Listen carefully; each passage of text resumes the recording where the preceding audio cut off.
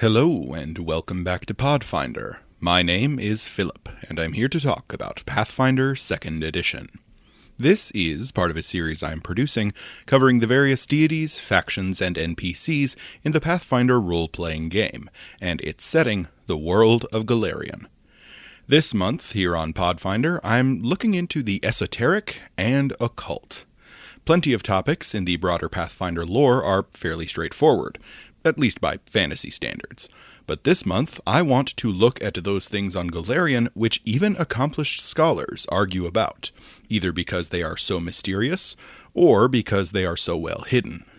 Today, I'll be looking at the Cosmic Caravan, a term with two distinct meanings. One refers to a pantheon of gods relating to the sky and stars, while the other refers to the zodiac of northern Golarion, and specifically Avestan. Where these two definitions overlap and intermingle is fruitful ground for speculation and storytelling, so I hope you enjoy. Before that, though, if you enjoy this video and want to hear more Pathfinder lore, consider subscribing, or commenting below. Or if you want to support the channel directly, check out my Patreon. Just $2 a month gets you access to all my scripts, as well as the audio files for all of my videos, all of which drop at least a week early. With that out of the way, let's move on to the rundown.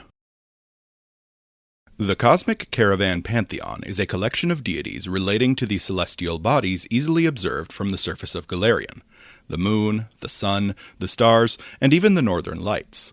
More than just deities of the night sky, however, these deities as a collective represent a lifestyle of travel, freedom, and caring for others, who spread a message of hope to their followers.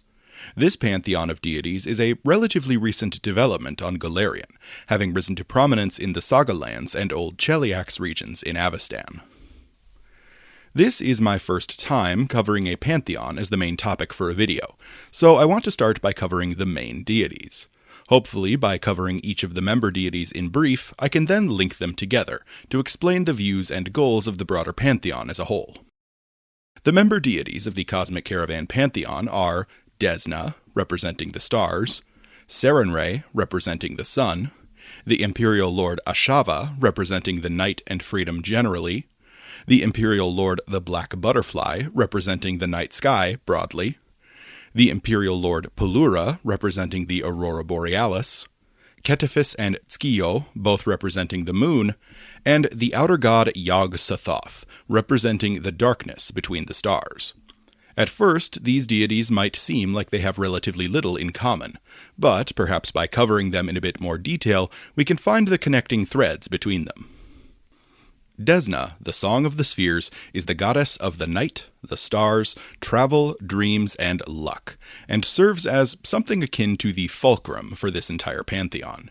In this way, she is similar to her home, the Cynosure, the demiplane which manifests as the North Star above Golarion, the star about which all other stars and constellations in the sky revolve.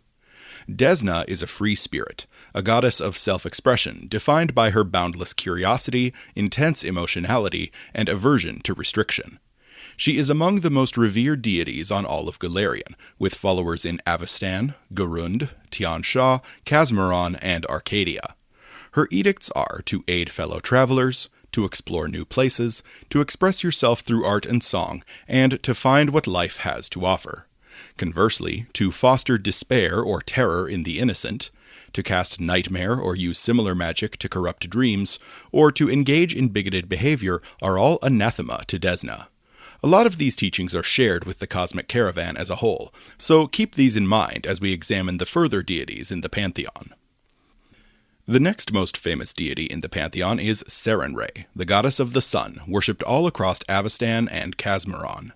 Sarenrae, the Dawnflower, is a goddess of mercy, kindness, and justice, who encourages her followers to provide healing and aid to those in need, to stand up against the forces of evil, and to offer repentant sinners a chance at redemption. Her edicts are to destroy the spawn of Rovagug, to protect allies, to provide aid to the sick and wounded, and to seek and allow redemption. Conversely, to create undead, to lie, to deny a repentant creature an opportunity for redemption, or to fail to strike down evil, are all anathema to Sarenrae.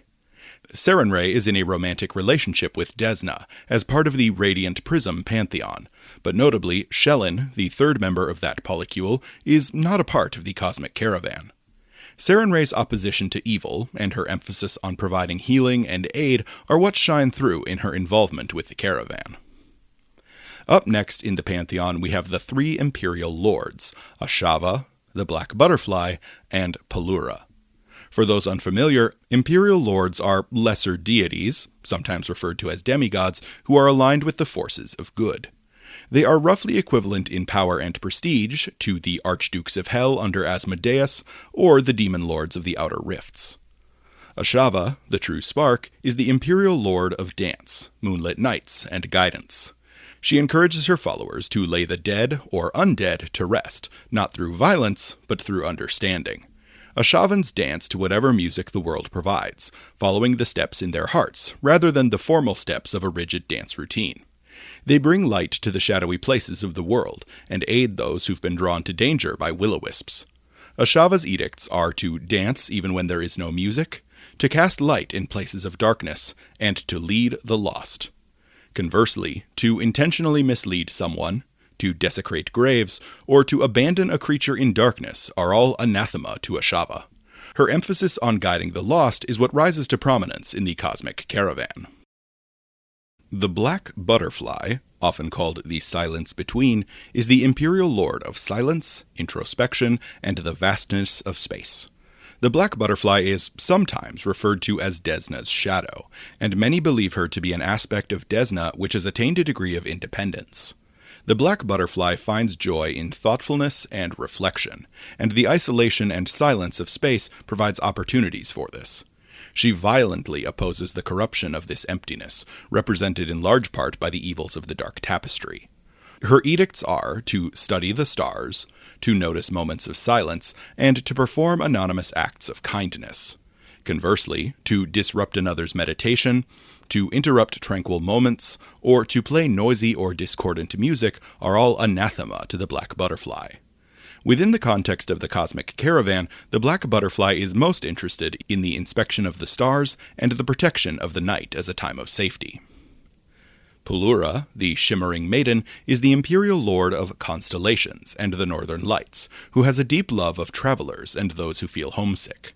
She instructs her followers to provide aid to travelers and comfort to those who miss home. Her followers are expert stargazers, masters at navigating via the stars, and learned scholars of omens written in the sky. The first edition Stargazer Prestige class, aka my favorite and the best way to play a cleric back in 1E, is specifically associated with Pelura. Pelura's edicts are to aid travelers, to comfort the lonely, and to teach the constellations. Conversely, to mock the homesick, to deny warmth to others, or to pollute the skies with smoke or light are all anathema to Pelura. Her emphasis on stargazing and providing comfort are her strongest points of alignment with the Cosmic Caravan.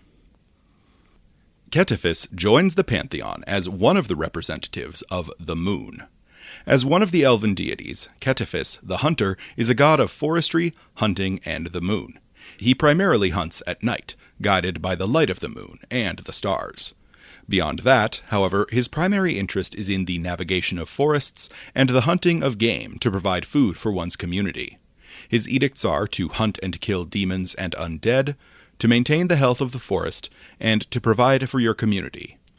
Conversely, to take more than needed from the wilderness, to hunt an animal for sport, and to aid Tree Raiser or his minions are all anathema to Ketiphys. The hunter is certainly the odd one out in the Pantheon so far, with only his interest in the moon making a direct connection. However, his opposition to demons and undead, creatures who make the night a time of danger, is also relevant here. Tskio is the other representative of the moon within the Pantheon, and he fits right in with the other themes we've discussed so far. Tskio, the Prince of the Moon, is a god of outsiders. He adopts the night as a time for those who cannot exist within the harsh light of day, and accepts those who are different, or who see the world through a unique lens. Tskio was restored to life after his brother, Fumeyoshi, took his life out of jealousy. His brush with death left him forever changed, and he seeks to lay the undead to rest via peaceful means, whenever possible. His edicts are to provide aid and counsel without judgment to those who seek help, to help the dead find their rest, and to amplify or help speak for the powerless and demonized. Conversely, to harm another out of envy, to force aid on those who do not want it, to inflict harmful mental effects on others as punishment, to knowingly hurt the innocent, and to commit murder are all anathema to Tskio. Beyond Desna, Tskio has probably the best alignment with the Cosmic Caravan Pantheon as a whole.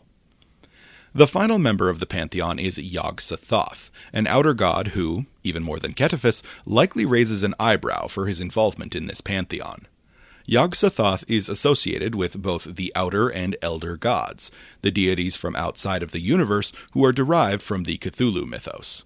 Yog-Sothoth himself is a deity of space and time, and exists as a sort of monitor of the timeline. He is associated with mysterious knowledge, but those who seek it out risk driving themselves mad, or unleashing horrors upon the world. Specifically, Yog-Sothoth prioritizes the knowledge of the deeper truths of the universe. His edicts are to gather knowledge of gates through space and time, and, disturbingly, to curse or mutate unborn children. He has no anathema. The only connection which Yog-Sothoth bears with the other deities in this pantheon is his association with time, and his stewardship over hidden deep truths. So, these are the member deities of the Cosmic Caravan pantheon, and it's clear that they all have their own areas of interest. Together, however, they present a fascinating worldview to their followers, one of ceaseless nocturnal wandering, reading the stars to gain a deeper understanding, and reflecting upon the nature of the world during the quiet hours of the night. The edicts of the Cosmic Caravan are to aid those who live in regions where evil night deities hold sway, to help the desperate or forlorn to see potential for a better life in the future, to spend time stargazing or meditating in the moonlight, and to travel with no particular destination in mind. Conversely, to destroy astronomical or astrological equipment, to portray the night as a time of evil, or to spend 2 or more nights in the same place are all anathema to the Cosmic Caravan. In these edicts, you can see many of the influences of the member deities. Desna, Sarenrae, and Ketephes can be seen in the desire to oppose evil deities and make the night safe. Pelura, Ashava, Desna, and the Black Butterfly can be found in the emphasis on travel, navigation, and wandering. The Black Butterfly, Tskio, and Yog-Sothoth can all be seen in the emphasis on stargazing and meditation, the seeking of deeper knowledge and self-awareness. And all the member deities, except Yog-Sothoth, can be reflected in the emphasis on showing kindness to others and spreading a message of hope. The Cosmic Caravan first rose to prominence among the Varisian peoples of Avestan, an itinerant people with a culture based on migratory travel, familial connection, and oral history. The Varisian peoples likely developed this pantheon in response to the needs of their lifestyle, as well as their existing cultural practices.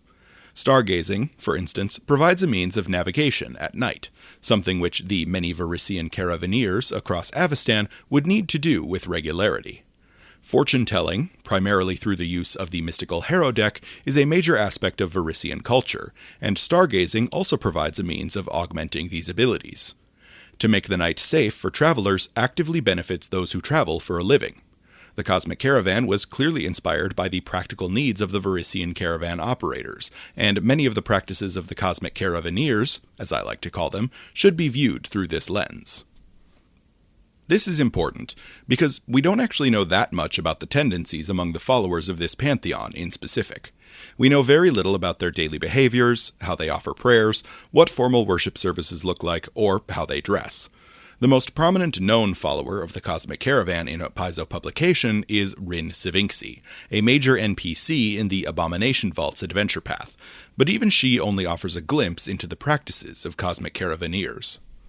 What we do know is that followers of the Cosmic Caravan are largely employed as either traveling merchants or as fortune-tellers. These individuals meaningfully interact with the stars on a regular basis, and likely spend large amounts of time either alone or in the company of a very small group of trusted allies. They likely offer worship in large outdoor spaces, with a clear view of the night sky. Songs or prayers are likely offered in a quiet, harmonious, and peaceful manner, allowing for careful thought and introspection, even during services. I wouldn't be surprised if services were designed to be held even during travel, possibly from the back of a wagon, or even as worshippers simply walk along a road. Any instruments or decor used in worship would likely need to be wearable, things like lutes, lyres, harmonicas, or cloaks emblazoned with symbols of the faith. There's no known holy text codifying the teachings of the Cosmic Caravan. It's entirely possible, and even likely, that such a text exists or is being developed in universe, but it hasn't been detailed by Paizo at this point. In all likelihood, followers of the Cosmic Caravan likely bear at least portions of the holy texts of the member deities in the Pantheon, then use these to synthesize the teachings of the Pantheon as a whole.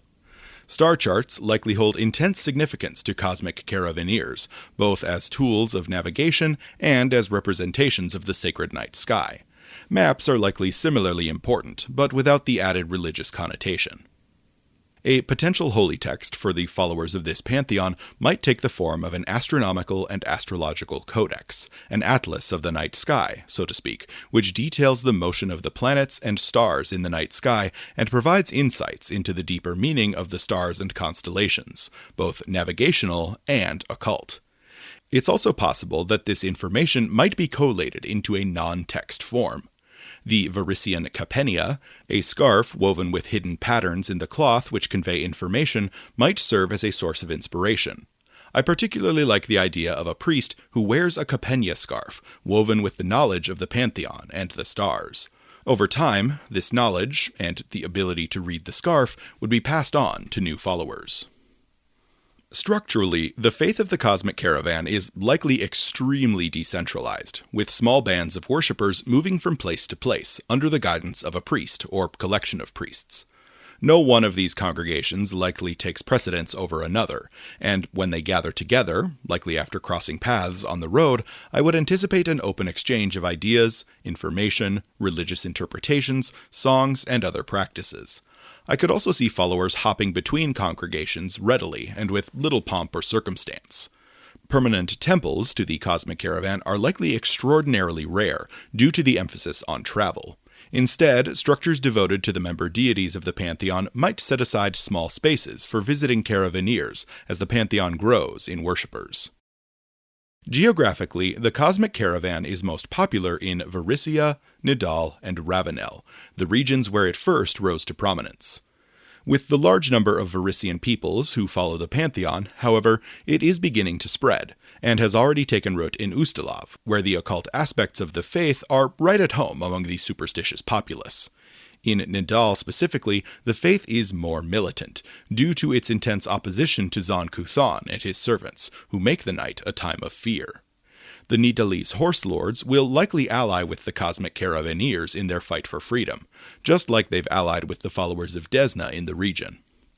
In Ustalav, I could see the Caravaneers becoming similarly militant, opposing the nocturnal dangers in the region like vampires and ghosts.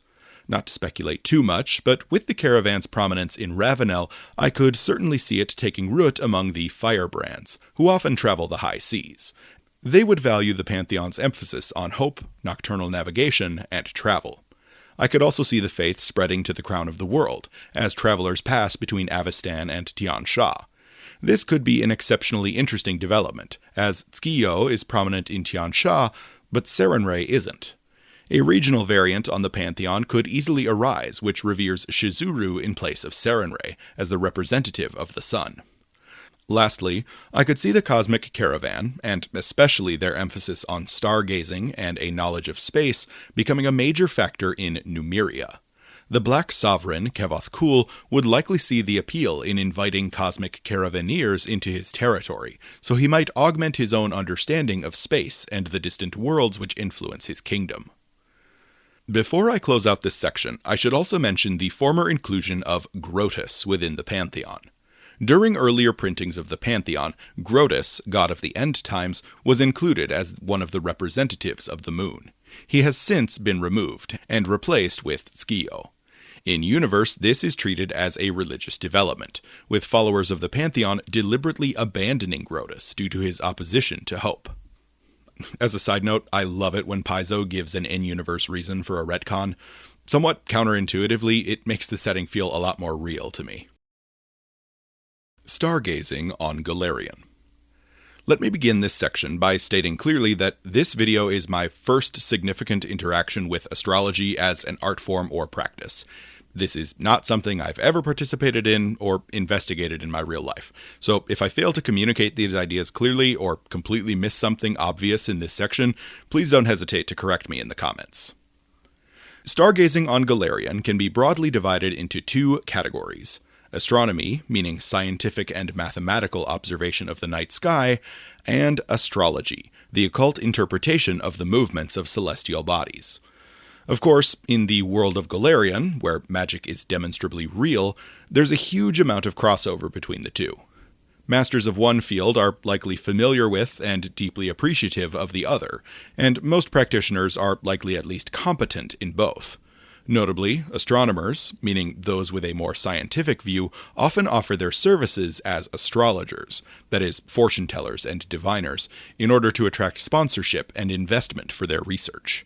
Stargazing as both a science and an art is held in high esteem by many across Golarion, from those who worship deities, to followers of druidic faiths, to even atheists who consider the gods unworthy of worship.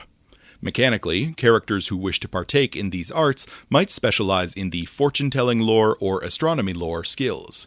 More specialized lore skills which touch on these arts might include dark tapestry lore or navigation lore. Within the context of astronomy and astrology, the term Cosmic Caravan refers to a set of 13 constellations, which form a ring around the night sky of Golarion's northern hemisphere. These constellations are roughly evenly spaced in the night sky, allowing those with an occult mindset to divide Golarion's calendar year into 13 segments. Each of these calendar segments is then described as being under the purview of the constellation which is ascendant in the night sky at that time. This draws a deliberate parallel to the zodiac, as well as other astrological systems practiced here on Earth. At the center of the Cosmic Caravan, both literally and figuratively, is the cynosure. The cynosure is the North Star of Golarion, the star in the northern sky which never moves throughout the year. At a metaphysical level, however, the cynosure is also the manifestation of Desna's divine realm, imbuing the observable star and the constellations which rotate about it with divine and esoteric power. Before I go any further, however, I want to make it clear that the Cosmic Caravan is not a universal tool for interpreting Golarion's stars. Most obviously, the constellations of the caravan are only visible in the northern hemisphere, meaning cultures in Golarion's southern hemisphere would see entirely different stars and interpret an entirely different set of constellations. Additionally, the Cosmic Caravan appears to have been derived from ancient Aslanti stargazing tradition. This tradition spread from Aslant to Garund and Avestan, but doesn't appear to have made significant inroads into broader Casmaron, and has no known penetration into Arcadia. As an obvious counterpoint to the caravan, we know that many of the cultures of Tian Sha have a completely different zodiac, consisting of 12 constellations derived from the various legends and folktales which have spread across the continent. All that to say, I'm discussing the Cosmic Caravan as one of the many lenses through which stargazing can be practiced. It is simply the one we know the most about, and the one most relevant to the part of the setting where the majority of Paizo's stories are told. Like I mentioned already, the Cosmic Caravan astrological system consists of 13 constellations. I've shown each of those constellations here, as well as their positions relative to one another, and I'll go through them each now.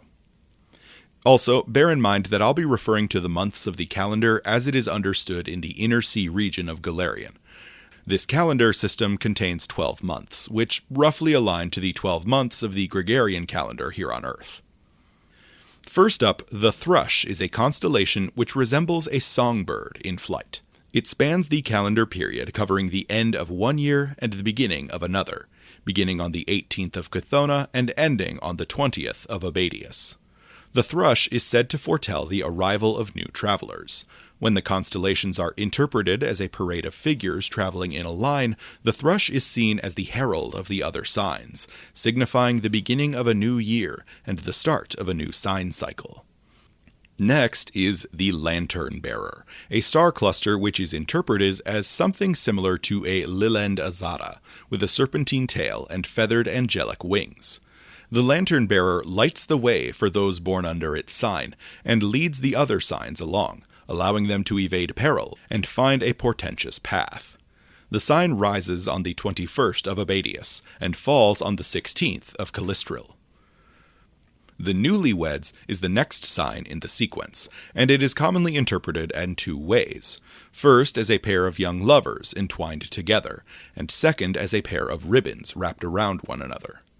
This symbol is seen as a sign of new life, the rebirth which is anticipated as winter comes to an end. The newlyweds are ascendant from the 17th of Callistril to the 11th of Pharast. Following the newlyweds is the bridge, a sign which is seen as both a safe passage over danger, but also as a transition point between two places. The bridge is seen as the herald of spring, finally ushering observers out of the cold winter months. The bridge rises to prominence on the 12th of Pharast, and falls on the 18th of Gozan. The daughter is the next member of the caravan, sometimes referred to as the one who crosses the bridge. This constellation is interpreted as a young woman in the throes of a dance. The daughter becomes ascendant on the 19th of Gozan, bringing warmth, energy, and joy to the newly arrived spring, until she finally descends on the 13th of Desnus. After the daughter comes the rider, a constellation seen as a warrior mounted atop a horse. He is seen as the guardian of the caravan, and is imbued with the joy of the daughter and the severity of the patriarch who follows him. The rider ascends on the 14th of Desnus, and falls on the 20th of Serenith. The patriarch follows the rider, and he is the wise leader of the caravan, even though he's situated in the middle. He guides the wagon about which the caravan is structured, and provides a steady hand for those who need it. The patriarch rises on the 21st of Serenith, and descends on the 20th of Erastus. The wagon, a constellation interpreted as a seven-spoked wheel, is pulled along by the patriarch. The wagon bears the weight of the other signs, carrying the providence which infuses them. It rises to prominence on the 21st of Erastus, and remains ascendant until the 10th of Eridus. The pack is a collection of stars interpreted as a group of canines, following the wagon.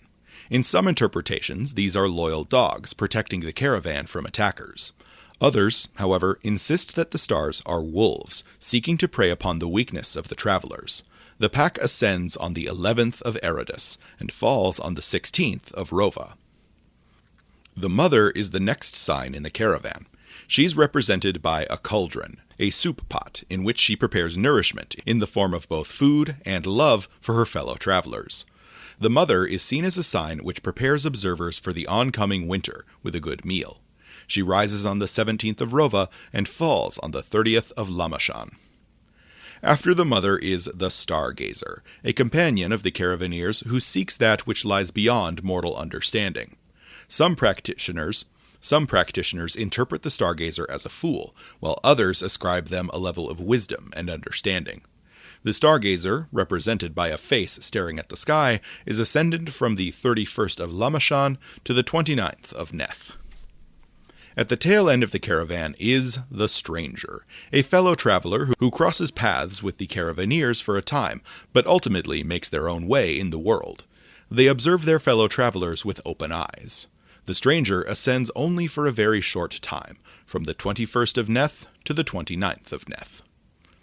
Finally, we have the Follower, a sign which follows in the wake of the caravan, but is not necessarily a member of the traveling party. The Follower is commonly interpreted as a representation of death, he who awaits us all at the end of our journeys, but who is rarely seen, and who is even more rarely understood. As death heralds the end of mortal lives, the Follower heralds the end of the calendar year, and the cycle of signs. He ascends on the 30th of Neth, and falls on the 17th of Cuthona. Little is known, at least in a concrete sense, about the origins of the Cosmic Caravan as an astrological framework. Scholars suspect, based on various artifacts and historical texts, that a similar framework first developed in ancient Aslant. This proto-caravan likely used several of the same constellations, associating them with similar esoteric meanings, but different, less travel-based imagery. This framework then passed along to Lirgin, a human society on the western coast of northern Garund. The people of Lyrgin developed in the shadow of the lost Cyclops empire of Golarion, providing them with an understanding that prophecy could be a powerful tool. The Lyrgeni peoples then took the Proto-Caravan framework and further refined the art of astrological divination. The masters of this art were the Seok Brethren, who became leaders among their people, and occult astrology was worked into the foundations of Lyrgeni society, from lawmaking to economics to warfare. This, unfortunately, created hard barriers to advancement within Lyrgeni societal structures, eventually leading to dissent among the common folk and the eventual founding of the nation of Yamasa. Despite this, much of the Lyrgeni tradition only has limited influence on modern astrological arts in the Age of Lost Omens. This is because the land of Lyrgin was almost completely destroyed when the Eye of Abendago appeared upon the death of Eredin. The few surviving writings of the Lyrgeni, as well as their remaining astrological tools, have been scattered to the wind, and are treated as rare and valuable finds by the astrological scholars of Golarion. Instead, modern Cosmic Caravan astrological theory is largely derived from the practices of the Varisian peoples of northern Avestan. The constellations they see in the stars, and the meaning ascribed to them, are similar to some of the same ideas seen in Lyrgin, lending credence to the idea of a shared point of origin in Aslant. This is especially interesting because the Varisians likely had far more interactions with the Thessalonians than with Aslant directly. We know from other sources that the Varisian peoples already had divination practices related to their own folktales when Zin first encountered them in his quest to derive rune magic. We also know that these folktales, and the associated divinations, were further refined into the Herodech, when the Aslanti, by way of Thessalonian domination, introduced the Varisians to the concept of playing cards. It makes sense, then, to postulate that the Proto-Caravan astrological framework was first introduced at a large scale to the Varisians during that same period of domination. After the Thessalonian collapse, the constellations which the Aslanti had identified then became preserved by the remarkably resilient oral history of the Varisian peoples. Over time, then, these shapes took on their modern caravan-based imagery, as the Varisians evolved the symbols to be more representative of the lifestyle they practiced. Interestingly, the Varisians used this divinatory framework of stargazing to augment their own magical practices. This allowed them to develop a second means of fortune-telling and omen reading, which was distinct from the Harrow, but which complemented it very well. These two magical practices together likely helped the Varisian peoples survive in the Age of Darkness and beyond. Beyond preserving their cultural history and identity, the Harrow taught skills like dexterity and sleight of hand. Similarly, the Cosmic Caravan had magical properties, but practitioners also became expert navigators once the skies above Golarion had cleared. I'm definitely doing a little speculation here since the lore is a little bare bones. I'm trying to read between the lines and provide an anthropological explanation for the origins and spread of this fictional magical practice. Nothing I've said directly contradicts the established lore, as far as I can tell, but I'm certainly pulling some threads which are only very loosely connected in order to make this fit narratively. Beyond the core 13 constellations of the Cosmic Caravan, more than 20 additional constellations have been described in Paizo publications. These have only been mentioned very briefly, and almost nothing is known about them, but I'll list them here for the record, and so you as players and GMs can incorporate them as background details for your characters or campaigns if you so desire.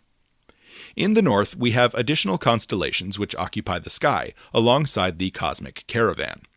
Please note that the art pieces I'm showing now, and on the next slide, were produced back in 1st edition, before the Cosmic Caravan was so well defined.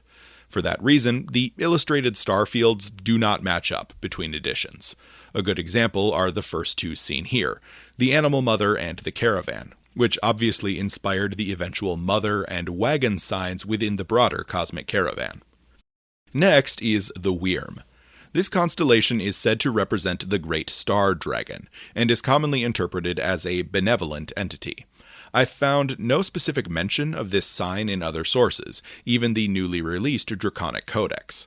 It might be associated with the Draconic Pantheon, representing Apsu or Sarshalatu, but might just as easily be a Tian sign, representing the mighty imperial dragons who shaped that land. The name Wyrm, however, suggests an origin closer to the Inner Sea, so it might be related to the Teralu dwarves of central Garund, or the many kobold tribes scattered across the Inner Sea region, or perhaps even the Ulfin peoples of the north.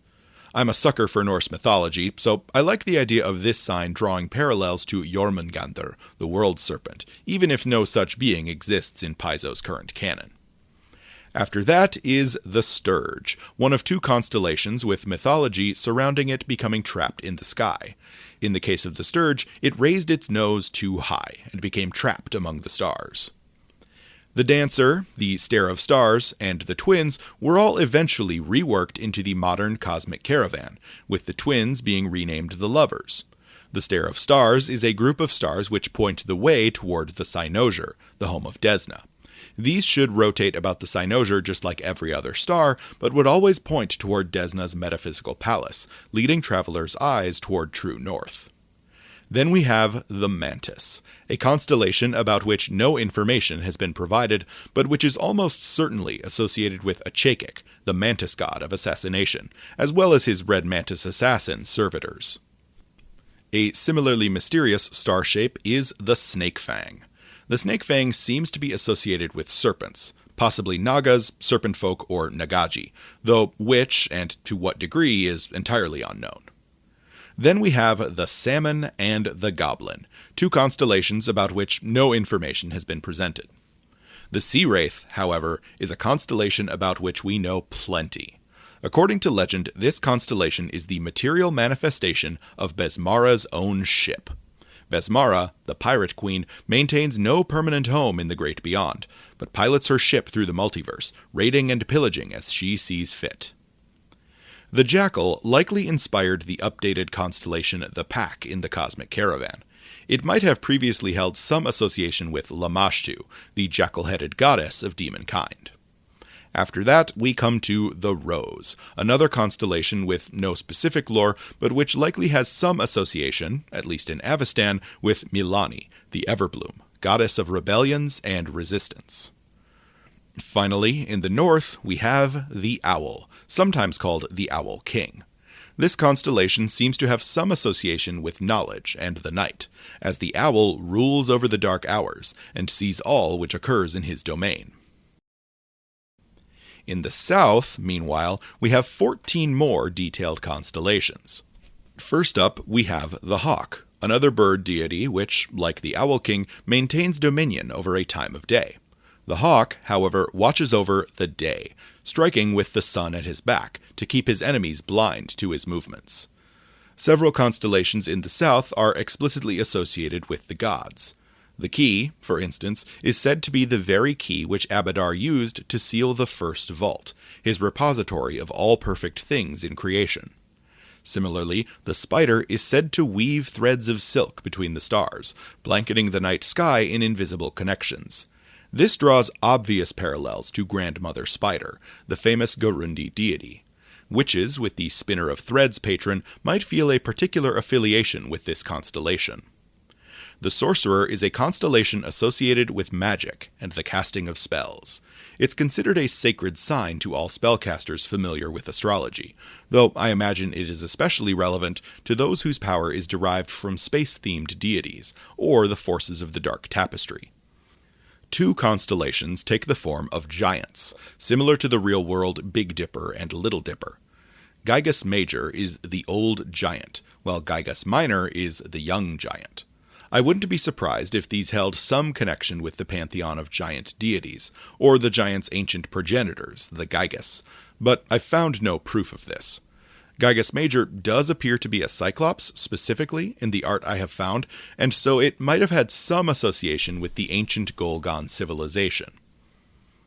The Gecko is a constellation in the form of a climbing lizard, who, according to another unknown myth, climbed all the way to the sky. This has some parallels to the Sturge constellation in the northern hemisphere. The Ferryman is some kind of boatman, associated with the collection of souls. Whether he is good or evil is unclear, though he might have some connection to Charon, the apocalypse rider of death, who makes his home in Abaddon, in which case he would be undeniably wicked. The Sphinx is a constellation which is said to hold secrets and hidden knowledge, to the point that even the gods respect its wisdom. It's possible that this sign can be traced back to Osiriani traditions, given that region's history with stargazing, though that's mere speculation on my part. The Fang is a constellation associated with vampires, who are said to offer sacrifices to it for religious purposes. I've found no reference to it in the lore associated with specific vampire deities, but most of the deities Paizo has explored in detail exist within the northern hemisphere. The hero Ardacondis and the monstrous Kraken are two constellations who wrestle with one another for all time. According to a myth, about which we know very little, the Kraken is attempting to strangle the world, while Ardacondis is attempting to save it. Most ominously, the Tarask, which will likely be renamed after the remaster, represents the Armageddon engine, the mightiest of the children of Rovagug, who will one day awaken to aid in the destruction of the universe.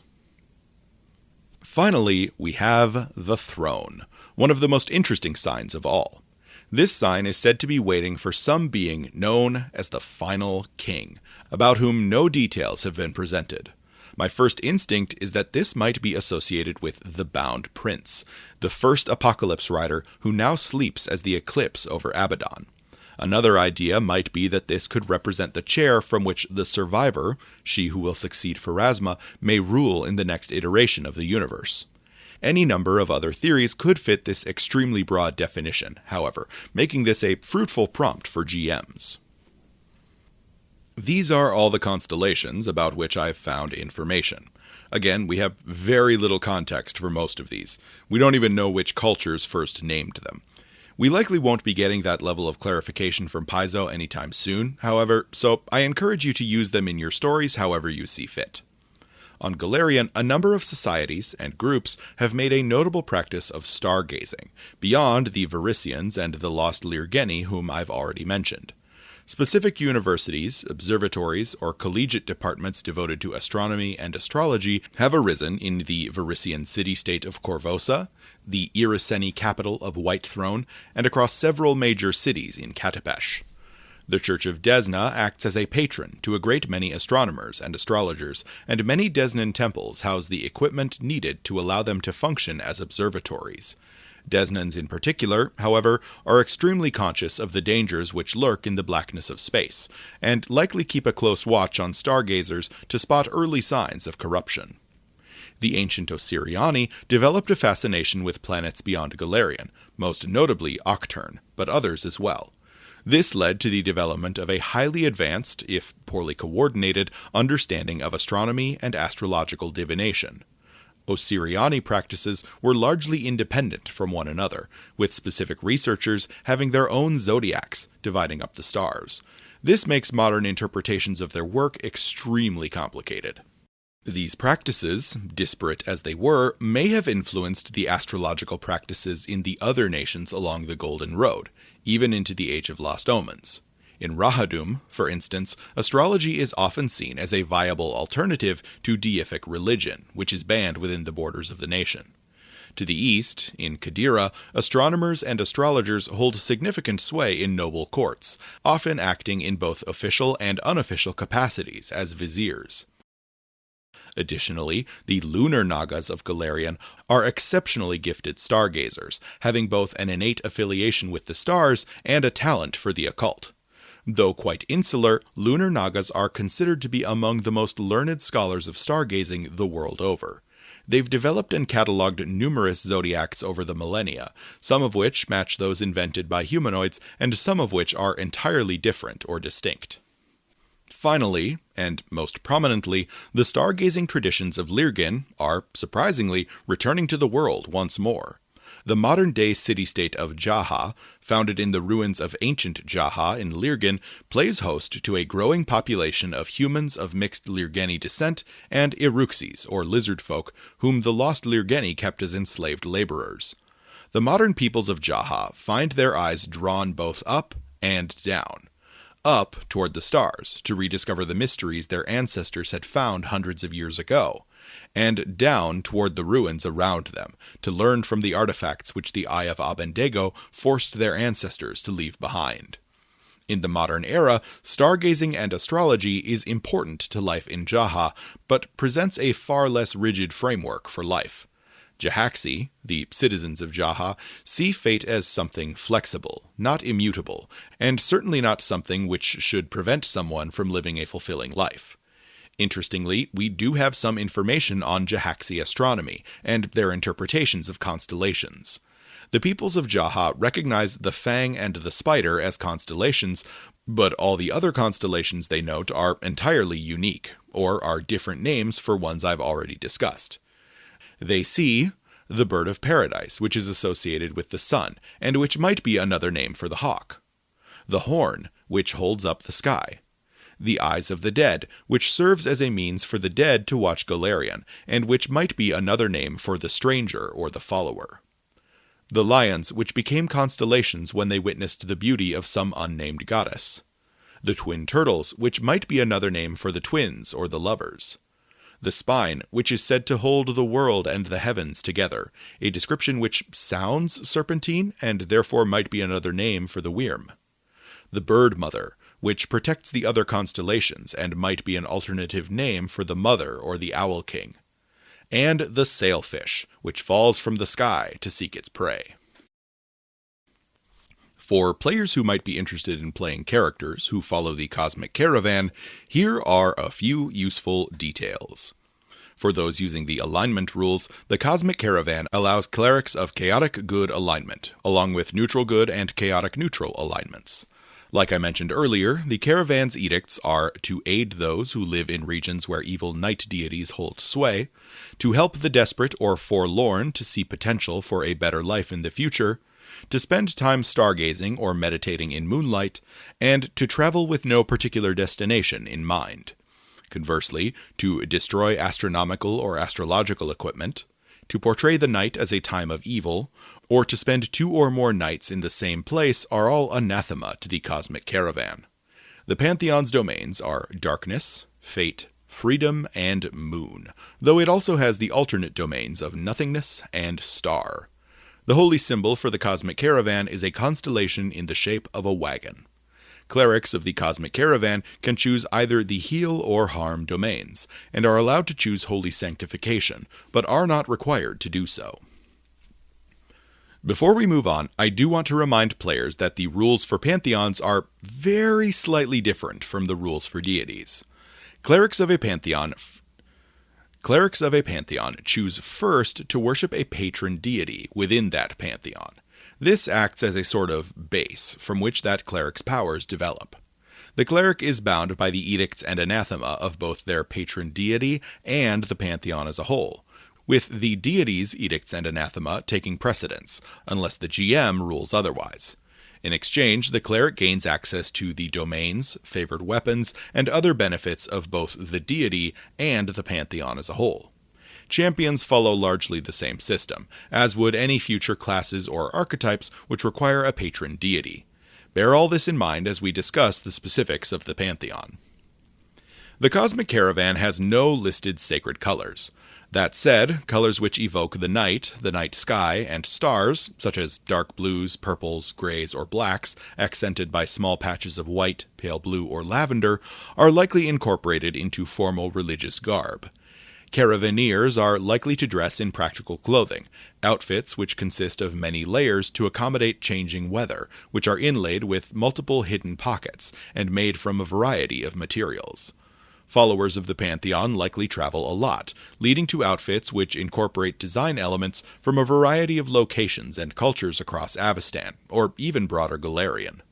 Varisian dress likely has an outsized influence on the design sensibilities of the Cosmic Caravaneers, meaning things like the aforementioned Capenia scarf, brightly colored and patterned textiles, and elaborate or even gaudy jewelry might be customary. Followers might also carry the Harrow deck, as a means of augmenting any divinations they perform on the stars. Speaking of, tattoos which represent the stars, constellations, or other celestial bodies are likely common among Caravaneers. Beyond this, followers of the Cosmic Caravan might incorporate clothing or accessories derived from the faiths of the Pantheon's member deities. Some examples might include flowing Katapeshi robes or sunburst patterns from Sarenrae, loose sleeves or moon phase patterns from Skio, or furs and animal pelts from Cetaphis. Cosmic Caravaners might also carry stargazing equipment on their persons to allow for easy observation of the stars and the heavens. These might include obvious items like star charts, sextants, or telescopes, but might also include cosmograms, detailed illustrated scrolls or books explaining the basic occult principles which govern the celestial bodies. Caravaners with a home base, or who have an especially large wagon, might even have access to an orrery. These complex and typically large clockwork devices create physical representations of at least two celestial bodies rotating about a star. They can be used to accurately calculate things like celestial distances, but can also allow for rapid and simplified visualizations of the motion of the planets. Famously, Rune Lord Karzug used a magical version of one of these to contact the undead planet Eox. The Cosmic Caravan treats the Star Knife as its sacred weapon, following in the steps of Desna and the Black Butterfly. Other weapons favored by the member deities include the Sling from Pelura, the Spear from Skio, the Dagger from Yog-Sothoth, the Longbow or Shortbow from Cetaphis, and the Bladed Scarf from Ashava. The Bladed Scarf is especially noteworthy for also being a prominent cultural weapon among the Varisian peoples. Other weapons favored by Cosmic Caravaners likely include weapons which are easily carried or concealed, or which provide a non-combat benefit to travelers. Think staffs to aid in walking, or shortbows to aid in hunting. Characters who treat Ashava as their patron deity, or who otherwise place a particular emphasis on dance, might also favor the Dancer's Spear, a weapon which I feel doesn't get enough attention. The Cosmic Caravan Pantheon has no listed sacred animal, but that's not to say that followers are disallowed from having pets, familiars, or other companions. In fact, I suspect that animals play a significant role in the lifestyle of the faithful.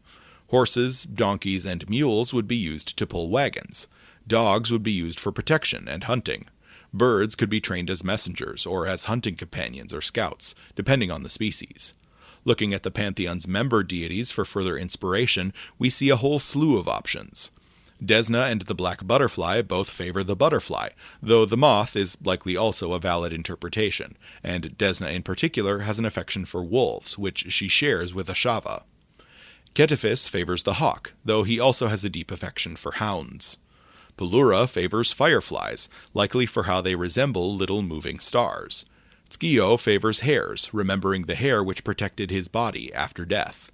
Lastly, Sarenrae loves basking lizards, and has a broader affection for all animals which sun themselves for warmth. A number of classes would be excellent fits for characters who follow the Cosmic Caravan. Rangers of all edges would fit nicely into the itinerant lifestyle of the Pantheon. Similarly, rogues of all rackets would have the skills needed to excel against the variety of challenges which world travel presents. Thaumaturges have a connection to occultism which aligns nicely with the more mysterious and divinatory aspects of the faith. And, of course, champions of the liberation cause would be a solid choice. Looking at the spellcasting classes, the cleric is an obvious option, and I could see an even mix of cloistered and war priest clerics among the faithful. Animists could use their traveling lifestyle to connect to a myriad of spirits around the world, and the liturgist or medium have the closest connection to the themes of the Pantheon. Bards with the maestro or polymath muses will be good at encouraging their traveling companions, or quickly making friends on the road. Oracles of the cosmos mystery derive their power from the stars directly, while the lore mystery might connect with the idea of divining knowledge from the heavens. Psychics could choose the gathered lore or precise discipline subconscious minds to connect to the calculations involved in astronomy, or the wandering reverie subconscious mind to connect to the idea of self-reflection and meditation. Of the conscious minds, the infinite eye connects to the idea of observation, while the unbound step connects to the idea of travel. Sorcerers with the aberrant bloodline might derive their powers from the dark tapestry, and seek out the Cosmic Caravan as a means of suppressing the evil within. The Harrow bloodline, meanwhile, is deeply connected to the Varisian peoples, who helped develop the Pantheon in the first place. The choir politic witch patron is fantastic for worshippers of this pantheon, as it might represent the harmonious voices of the member deities, working toward their shared goals. The Starless Shadow, meanwhile, might be excellent for those who wish to make the night a safe place, by turning darkness against those who make it dangerous. Archetypes among the Cosmic Caravan likely include the following. The Familiar Master or Beast Master might represent the connection to animals which at least some Caravaners cultivate to support their constant travel. The Harrower is an archetype associated with fortune-telling, an activity which stargazers among the Caravaners might undertake regularly. It's also associated with the Varisian peoples specifically. The Herbalist and Medic archetypes will aid in keeping fellow travelers alive and providing hope and help to those in need. The Horizon Walker and Scout, by contrast, would be great at helping travelers brave harsh climates or blaze trails through dangerous territory. The Linguist archetype could represent the many languages Caravaners pick up on their travels, while the Lore Master could do the same for scraps of information. While a bit outside the box, the Marshal could excel at rallying travelers against outside threats. Another odd but potentially fun option might be the Trick Driver or Vehicle Mechanic. These two archetypes could be great for a character who is a wagon driver and uses their vehicle either in combat or to escape from combat. This could be a ton of fun in the right campaign. I also want to draw attention to the Campfire Chronicler from Lost Omen's rival academies. This archetype has fantastic flavor, aligning with the teachings of the Cosmic Caravan, but is connected to the lore of Istrale, a deity who is not a member of the Pantheon. You might consider speaking to your GM about reflavoring a version of this archetype to be available to Cosmic Caravaners.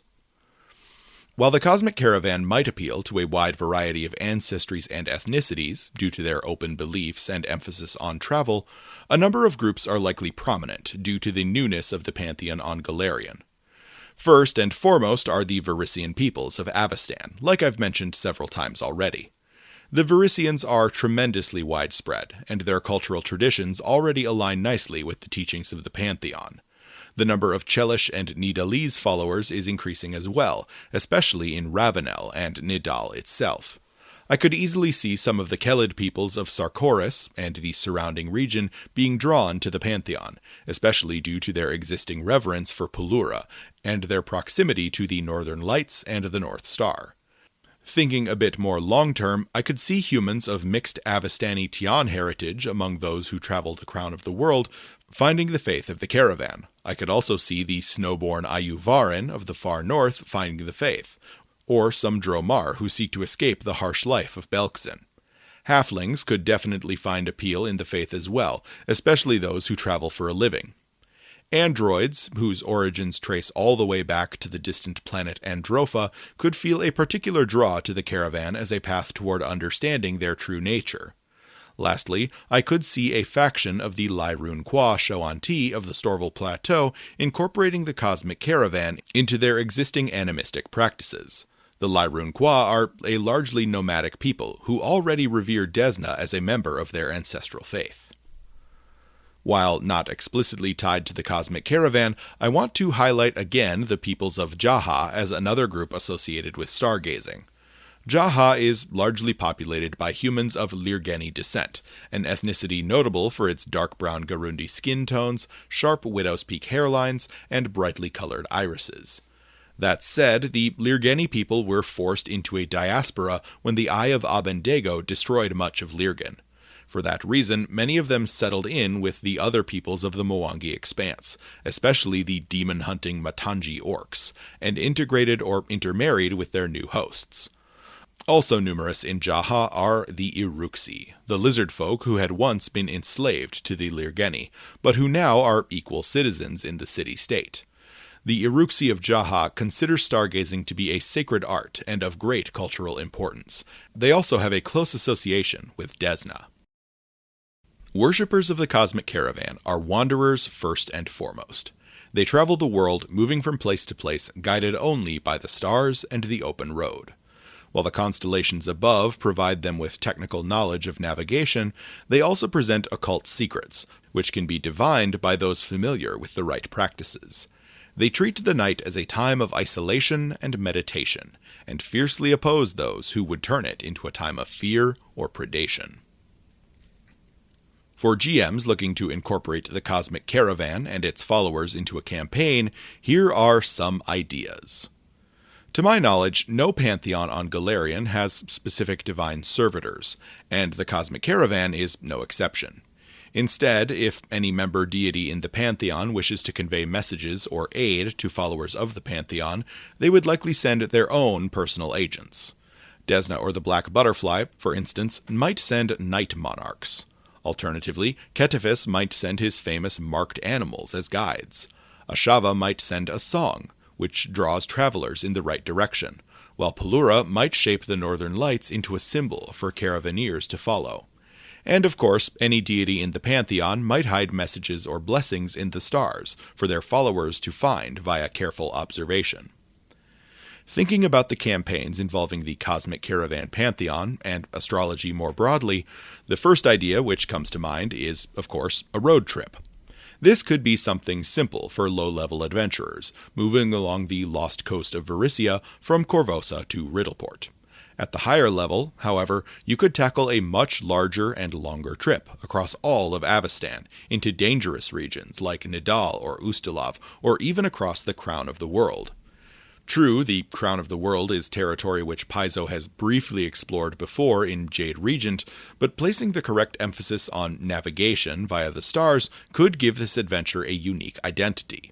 To pull this off, I would suggest taking a look at the various subsystems developed to represent caravan travel and exploration.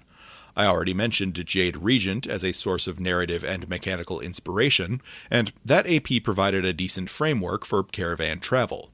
Triumph of the Tusk Book 1 introduced a chase subsystem version of this same idea, which might serve as a great augmentation to that framework.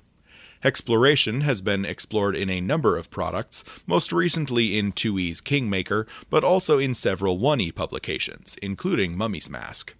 A campaign focused on long-term travel would likely take a slow pace, and challenges would likely revolve around more than just combat. Things like finding an efficient path through difficult terrain, locating rare goods for sale, acquiring food and other supplies, or surviving harsh weather. While PF2E can accomplish these challenges with the right victory point subsystems, you might also want to pull in elements of other systems, like Blades in the Dark, to experiment with the best implementation of these complex challenges for your group. Thinking about a more combat and danger-themed campaign, the greatest threat to stargazers as a group are certainly the mysterious entities of the Dark Tapestry. The Dark Tapestry, for the uninitiated, is the infinite black emptiness between the stars. This space is a source of incredible horrors in the Paizoverse, from eldritch gods like Cthulhu and his ilk, to mysterious and malevolent alien factions like the Dominion of the Black, or the hive-minded Mi-Go.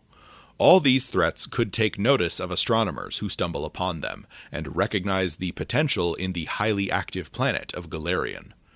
For that reason, these dark forces might seek to corrupt, infect, or even possess the minds of reckless stargazers, using them to spread terror and establish a foothold on Golarion's surface. Such stories have been explored by Paizo before, in the Iron Gods adventure path and the more recent Malevolence adventure, among others. It might be fun to take some inspiration from the Dead Space franchise, and structure an adventure around a group of cosmic caravaneers discovering an observatory complex, which has been attacked by the forces of the Dark Tapestry. At first, the PCs might simply think the structure has been abandoned, but as the story advances, they can discover obvious signs of violence and eldritch experimentation. At the deepest layers of the site, the heroes could finally unravel the mystery and confront a rogue stargazer who's become possessed by some wicked extraterrestrial entity beyond mortal comprehension. Lastly, moving away from the horror genre, I like the idea of puzzling together a mystery based upon the hidden or possibly lost meanings behind the constellations in the sky, beyond just the Cosmic Caravan. Like I mentioned already, Paizo has provided the names and brief descriptions of 20 or so additional constellations in the night sky outside of the caravan itself, and it could be fun to structure a campaign around unraveling the symbolic meanings of these star systems. This could work well as an episodic series of mission-like adventures, with the heroes traveling from region to region, collecting artifacts and legends relating to specific constellations. Putting these scraps of information together, the heroes could slowly unravel a new secondary zodiac in the sky, one which could augment the caravan as a means of divination. Bonus points if, at the end of the campaign, the heroes resolve a mystery pertaining to the Stare of Stars, and wind up following it all the way to the Cynosure, where they are greeted by Desna herself, who thanks them for their service. Sources and additional reading. The Cosmic Caravan Pantheon has only been detailed in 2 publications, the Abomination Vault's Player's Guide and the Divine Mysteries Sourcebook. Details on Rin Sivinxi, a prominent follower of the Caravan, are also scattered throughout the Abomination Vault's adventure path. For further details on the member deities of the Pantheon, the single best source is Divine Mysteries, as it will be the most up-to-date. But Ketefis and Skio both have detailed articles in the 1E sourcebook Faiths of Golarion. The Black Butterfly has been detailed to a lesser degree in Chronicles of the Righteous, and Ashava has a detailed article in Book 1 of the Return of the Runelords adventure path. The topics of astronomy and astrology have been explored in numerous sources across Pathfinder's publication history, mostly in first edition material. The most substantial of these sources for this video are Occult Mysteries, Distant Worlds, and People of the Stars. There's also some detailed information on Iruxi stargazing practices and life in modern Jaha in the Lost Omens Mwangi Expanse sourcebook. So, that's it. That's the Cosmic Caravan, a collection of deities recently collated both in universe and in the mechanics. I really like how Paizo has made the idea of stargazing fit into the supremely magical setting they've developed. It feels reminiscent of practices here on Earth all throughout human history, while remaining distinctly set within the Pathfinder world. This was my first attempt at covering a pantheon rather than a specific deity as the core topic for a video, so I hope you found it interesting, informative, and entertaining. Let me know your thoughts in the comments. The next scripted video on this channel will continue my exploration of the mysterious and weird, with an examination of the Esoteric Order of the Palatine Eye, possibly the most well-known secret society in Avestan. Thanks for watching, and I'll see you next time.